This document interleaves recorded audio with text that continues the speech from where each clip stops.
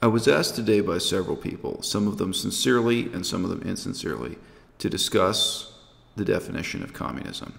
On this channel in the past, I've discussed the definition of socialism, which is in many ways more interesting to me. I think a more nuanced and challenging area of discussion, especially in how it applies to politics today. I've also discussed the meaning of being left-wing, being right-wing, left and right as broad cultural categories, as political concepts that seem so malleable and have different meanings in different cultures and different periods of history. But today we're talking about communism. And I'm going to approach this in the way I would approach it if I were a university professor putting together a course, putting together a set of readings for the students to do. Many people would presume to begin a discussion of communism at the end by talking about dictatorships that killed tens of millions of people, dictatorships like Joseph Stalin in Russia and Mao Zedong in China, by discussing the great disasters that have come to define the significance of communism in the public imagination. I think it's actually really important to begin a discussion of the meaning of communism, the definition, and how it changed over time by looking at the period before Karl Marx. I would assign as the first reading in a course of this type Thomas More's Utopia. Utopia by Thomas More. It's impossible to exaggerate how influential this book was historically, and yet on the other hand, it's impossible to exaggerate how unknown and forgotten it is now. Today, when people read this book, it's very difficult for them to even apprehend what it was that was so inspiring or so important about it. And that is, in some ways, a reflection of just how influential it's been. It's become so influential that its influence has become pervasive to the point of being invisible.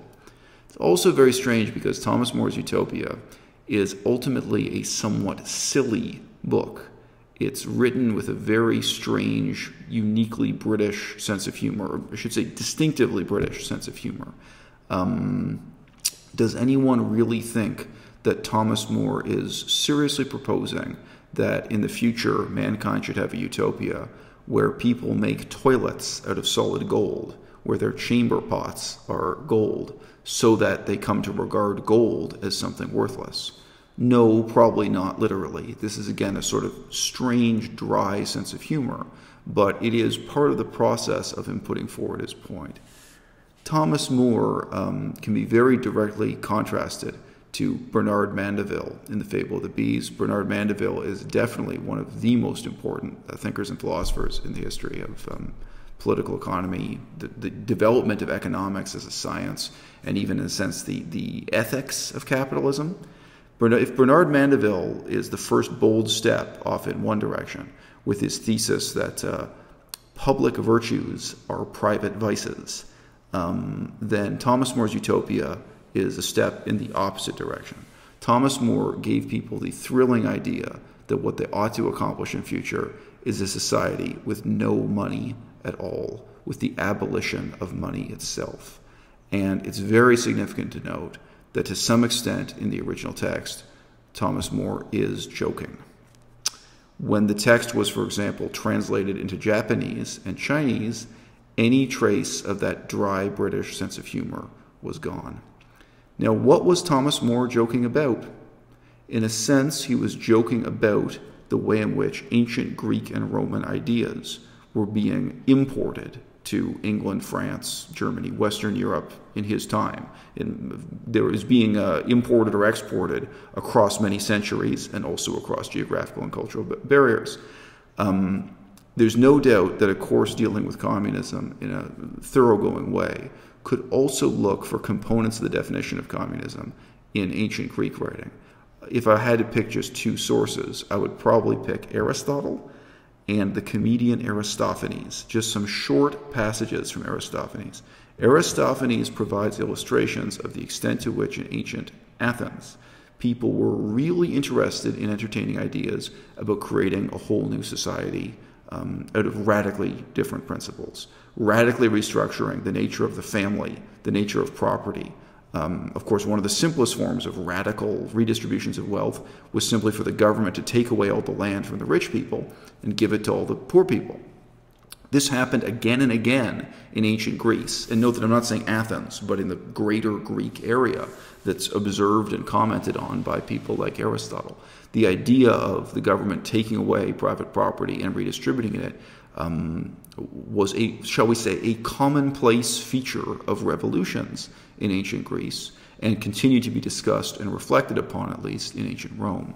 The role of the state, the notion of private property, the idea that the state had the role of master educator in forming and reforming human nature, these ideas are powerfully found in ancient Greek sources, and indeed they became very dangerous in 19th and 20th century communism. So we could look for some elements of that in Aristotle, some evidence in Aristophanes, and then I think ultimately you'd have to deal with some of the historical and pseudo-historical sources on Sparta. In early communism, it's actually remarkable how often people observing what was going on, for example, in the Soviet Union in the 1920s, referred to it as the new Sparta and made both joking and serious comparisons to Sparta. The extent to which Sparta and lies told about Sparta, because it's normally not, it's not the real historical facts about Sparta, but the mythology surrounding Sparta inspired communists and fascists alike. All kinds of radical and extreme political movements in the history of Europe is unbelievable. But one of the legends about Sparta, and this is really drawing the line from Thomas More to communism in a powerful way, one of the most important legends about Sparta was the idea that people there had no money, that they had no gold, that it was shameful for them to buy and sell land or property of any kind, that it was a culture utterly set against commerce and instead fixated on a very different notion of true virtue. And in some ways, of course, the philosophy of Plato is a response to that and a commentary on that.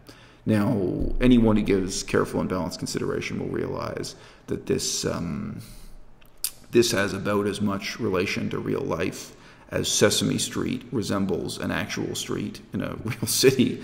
But in any case, the historically real Sparta inspired these legends, and these legends in their turn inspired a range of utopian thinkers. To some extent Thomas More, but much more those who came in the centuries that followed after Thomas More's Utopia. Now, I'm not going to say a lot further here about communists before Karl Marx.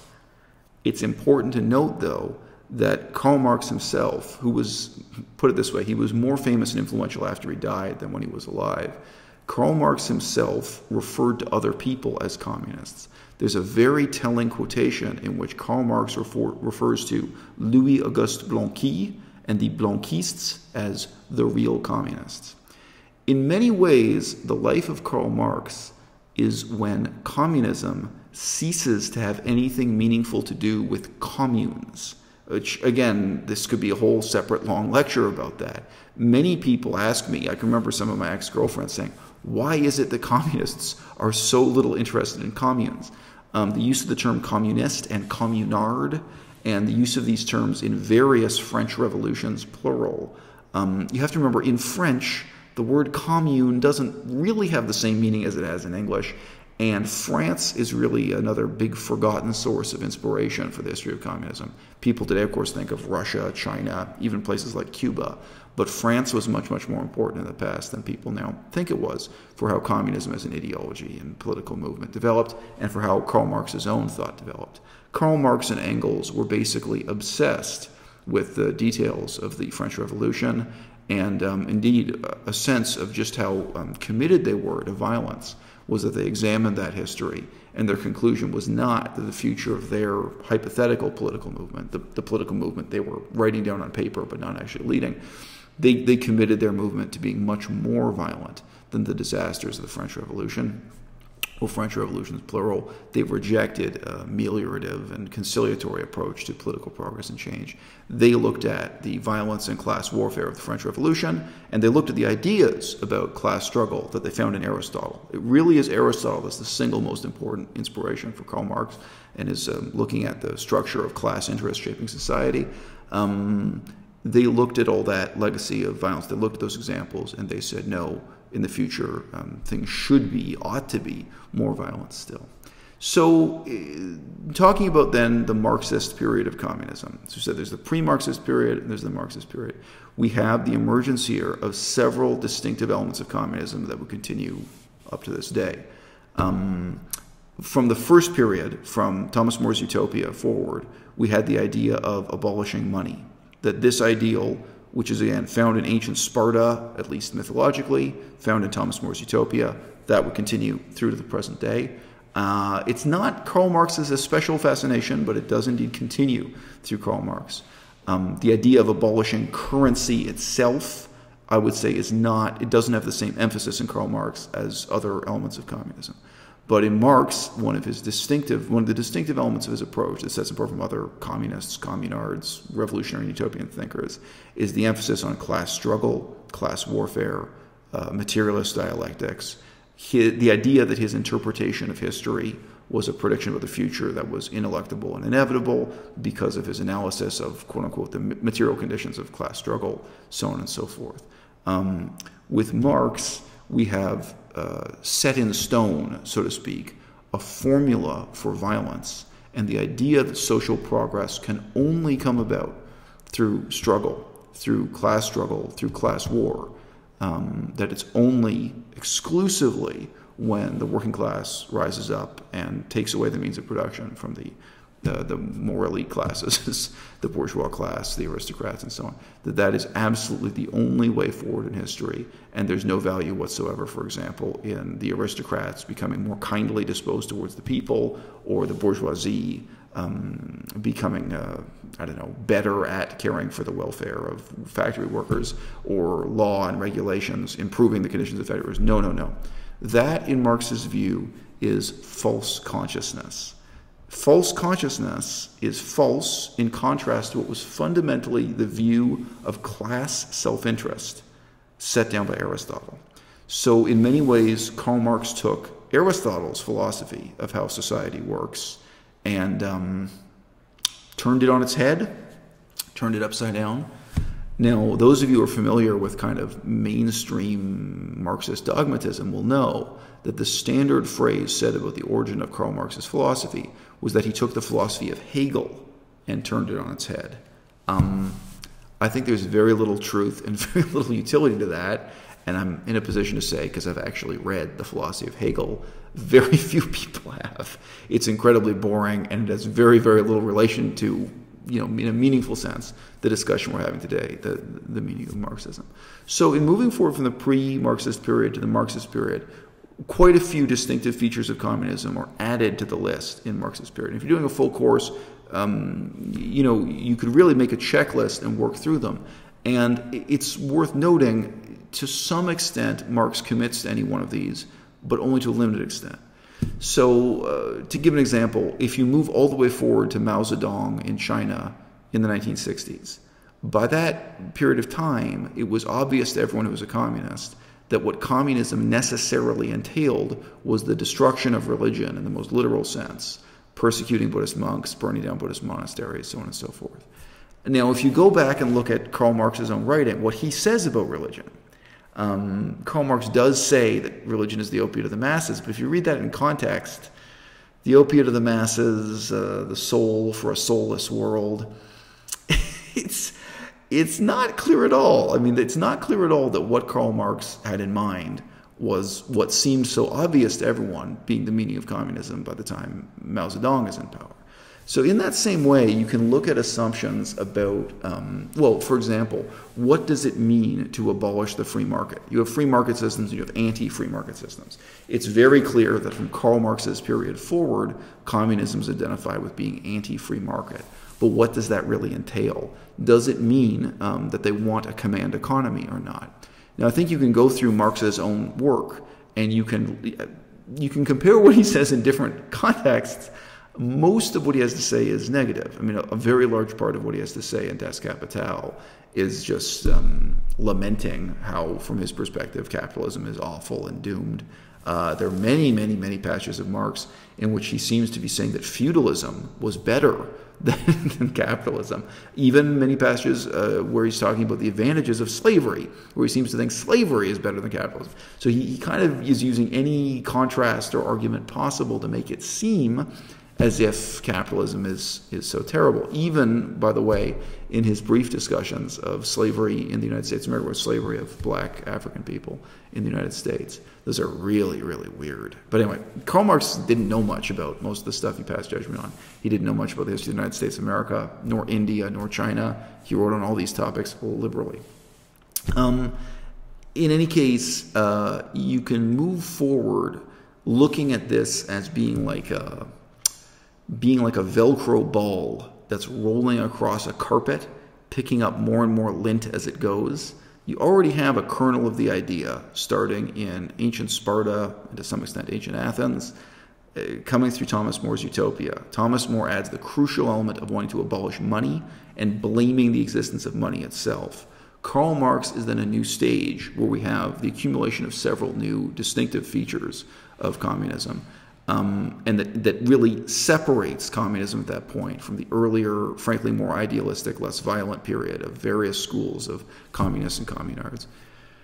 Anyway, in a more open-minded period when someone like Karl Marx himself could look at a totally different philosophy like Louis-Auguste Blanqui and say, oh, they're legitimate communists, they're the real communists. After Karl Marx, the definition of communism becomes narrow from the perspective of communists themselves, and they become intensely interested in persecuting and murdering one another, internal violence within communism, so that only people who meet their precise definition of what communism is, frankly, are allowed to live. That's very similar to the history of many mainstream religions. Both Catholicism and Protestantism have a long history of that they have a definition, and anyone who doesn't measure up to it is much more of a threat to the coherence of that religion than outside and openly opposed forces. So, rolling along the carpet then, you get into a discussion of Lenin and how Marxist-Leninism is different from Marxism. Obviously, you'd have to deal with Stalinism. Obviously, you'd have to deal with Mao Zedong. But of course, there are smaller, Yugoslavia has its own whole history of communist philosophy and communism in practice, which can be very illuminating. You can look at, well, obviously, from my perspective, places like Laos, Cambodia, Vietnam. These are also interesting mirrors to hold up to how these different ideologies developed as they went on. So, what is communism? How are you going to define it? Well, one of the crucial clarifications that I've had to make again and again is that communism promises that the workers will take over the means of production. But what it delivers in practice is that the state will take over the means of production. It promises that the farmers will take back the land from the landlords, that the poor will take back ownership of the land from the aristocrats. But what it delivers is that all land ownership is taken away and centralized by the state. Communism is indeed defined in historical reality by command economy and by centralization as opposed to decentralization to an astounding extent. It's defined in practice by totalitarianism, by the extension of government control over all else, basically a form of military dictatorship that to a greater and greater extent dictates every element of human life. And why is that? Well, it is probably because, as mentioned at a much earlier stage, it was very clear what Karl Marx was against, what he wanted to abolish. He wanted to abolish the free market. He wanted to abolish capital itself. He wanted to abolish banking. He wanted to abolish investments. He wanted to abolish these things. The word abolish is very easy to throw around. And then in practice, what are you really going to replace it with? One way or another, again and again, what we saw was simply the extension of the military over these things, or of command economy, state organs, offices, and bureaucracies that very fundamentally mimic military organization, and that also, like the military, ultimately rely on violence to force people to comply. There's a very good book called The New Class by Milovan Djilas. So Milovan Djilas, which is spelled D-J-I-L-A-S. Milovan Djilas lived through the formation of actually existing communism in Yugoslavia. And he points out, I think relatively concisely, it's a short book, that while the communists promised, a new type of freedom, what they actually delivered was a return to a type of feudalism. It created a new type of aristocracy. It was simply an aristocracy defined by your status within the Communist Party.